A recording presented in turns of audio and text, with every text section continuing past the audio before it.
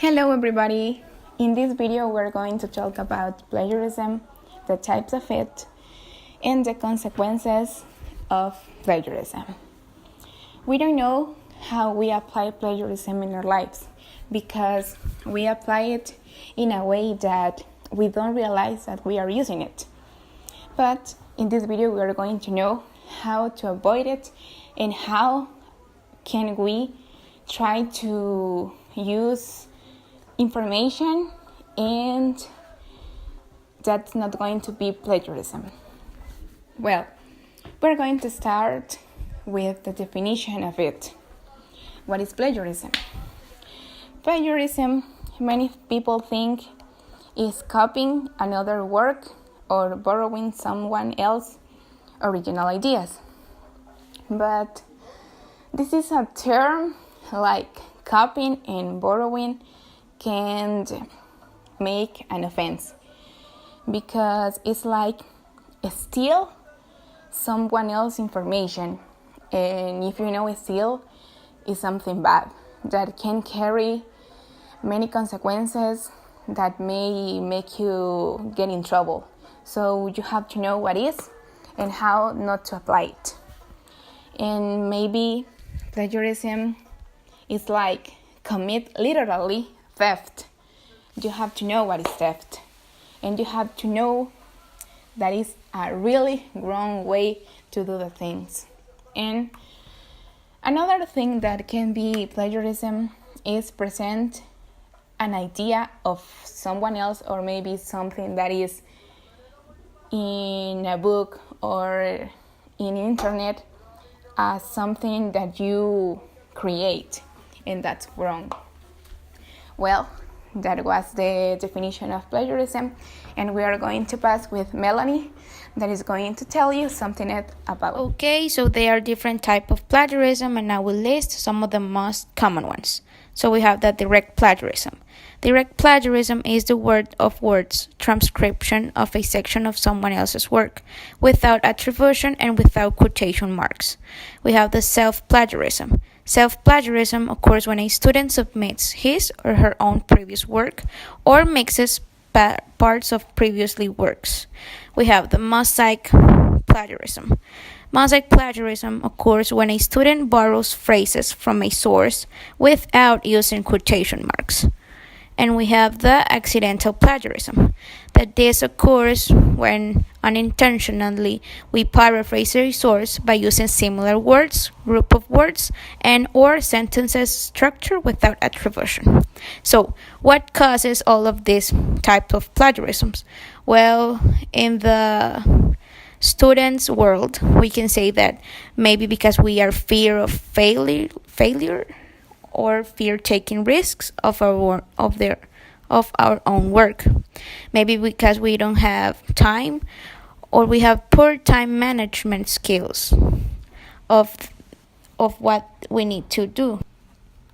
Or maybe because we don't feel like the good enough to present a work by ourselves, or because we will present it a bad work, or you need to present things on time and maybe you don't have that time, or the teacher doesn't care if you copy the work or not, and maybe those are one of the most common causes we incur to do plagiarism.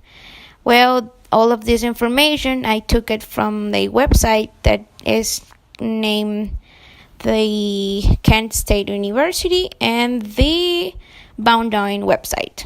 Hi, I'm going to talk about how to avoid plagiarism.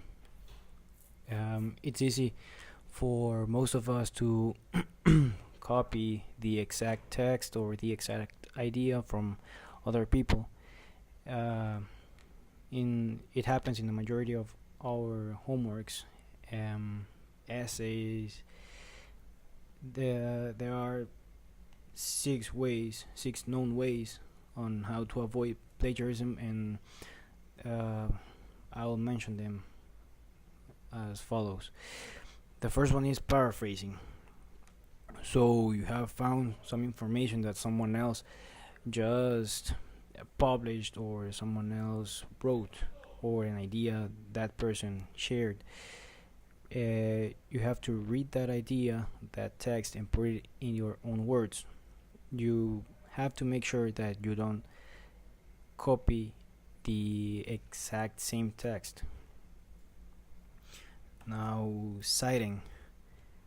In order to cite, you have to follow some guidelines, for example, the APA, MLA, because if you don't cite, the author can get you into trouble. The next one is quoting. When you have to quote a source, use the quote exactly the way it appears, because no one wants to be misquoted. The citing quotes is number 4. When you have to cite a quote, it can be different than citing some paraphrase material. This practice usually involves the addition of some page number or a paragraph number in the case of you got that information from the web. When you have to cite your own material, for example, some previous work you did, then you have to cite it too.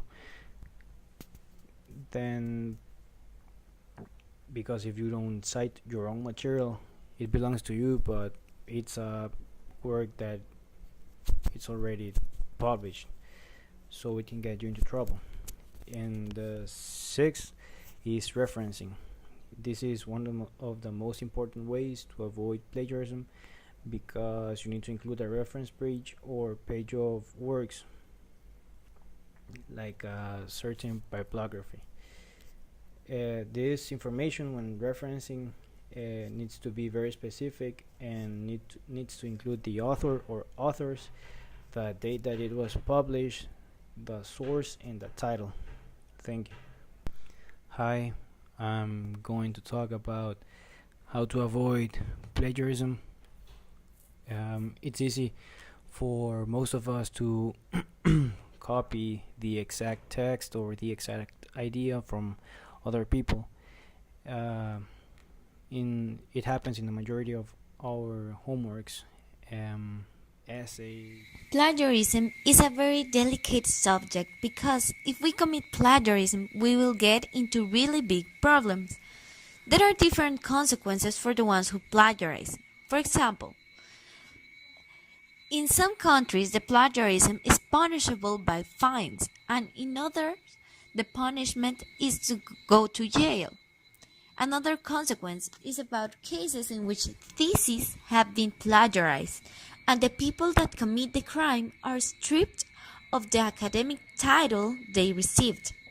A third consequence is to get bad scores, as when a student plagiarizes his homework, that he gets a 0 in the score. And another but not less serious consequence is the criminal record, with which work or creditors can be closed. As you can see, there are many bad consequences when you plagiarized. Now, to summarize, plagiarism is something that everyone needs to know really well, because anyone can commit it even if they don't want to, because there are so many ways to commit plagiarism, and there are many actions that are considered as plagiarism too. Also, we need to be aware when acting, since plagiarism isn't something well seen in society. To avoid it, we need to select very good our sources of information, because it's even possible that they are also committing plagiarism.